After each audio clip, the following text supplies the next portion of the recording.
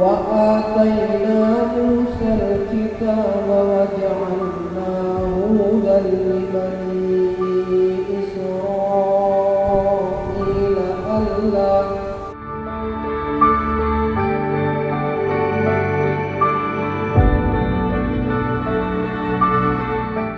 informasi yang lebih akurat tentang bagaimana keadaan orang-orang di Palestina di sana, terutama rumah sakit yang dibangun oleh masyarakat Indonesia yang ada di Gaza atau di Palestina di sana.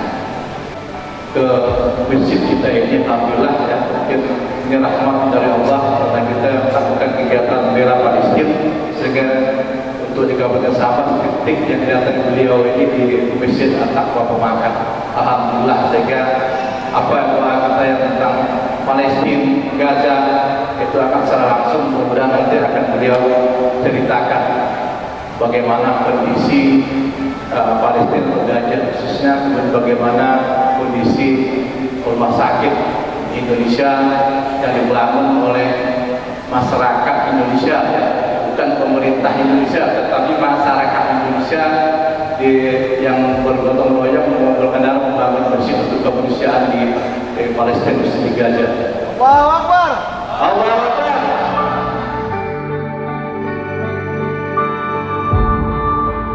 Kami sampaikan terlebih dahulu, Bapak Ibu sekalian, Ustaz Nur Ridwan Abadi ini yang pertama pernah mengalami langsung peristiwa penyerangan kapal Mavi Marmara pada tahun 2010.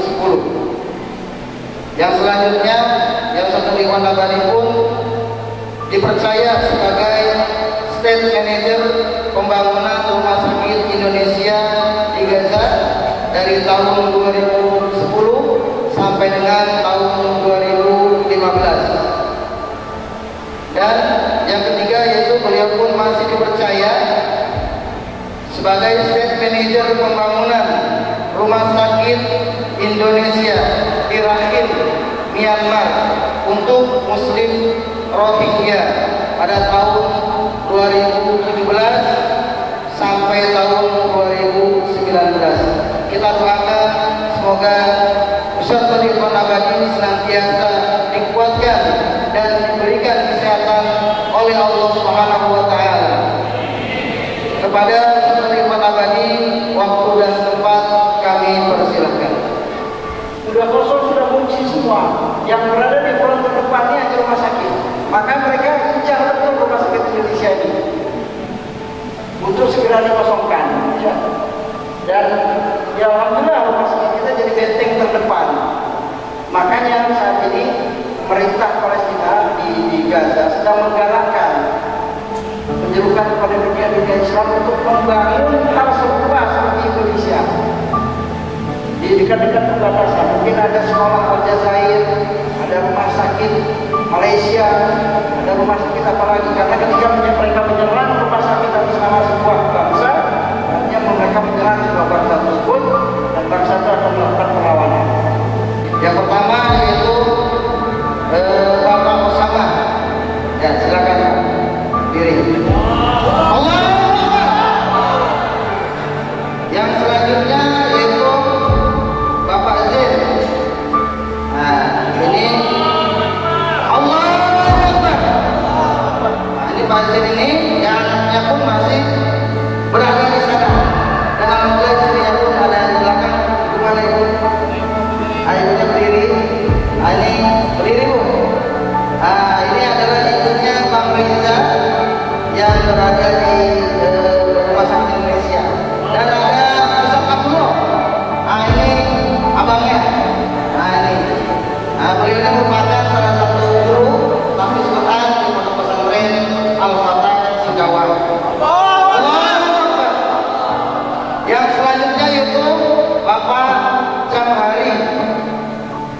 Ini dari Singkawang. Kalau orang paling baru insya Allah kenal. Ini orang paling baru. Sama yang Kori tadi itu orang paling baru. Dan Singkawang ya. Singkawang. Nah inilah para bapak dan ibu-ibu sekalian ya. Bapak-bapak inilah akan berjuang di garda terdepan untuk membangun rumah sakit Indonesia yang ada di Palestina. Bagaimana upaya kita Ustaz, rumah sakit lakukan itu? Apakah ada jaminan bahwa rumah sakit Indonesia itu akan tidak seperti Al-Syifa ya? Tidak seperti rumah sakit Al-Syifa yang udah habis-habisan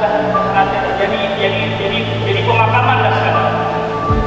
Mungkin gimana usaha Indonesia, usaha Mercy dan juga usaha pemerintah Indonesia? Kalau insyaAllah masyarakat Indonesia saya yakin kalau dimintai dana untuk bantu Palestina, saya yakin sekarang yang kita kecamatan Pemangang kota kecil kita bisa 1,5 miliar. Saya yakin kalau untuk Palestina kita siap-siap bisa. Kami sebagai yang untuk masyarakat yang akan insyaallah siap Ustaz. Nah, mungkin ini pertanyaan saya Ustaz.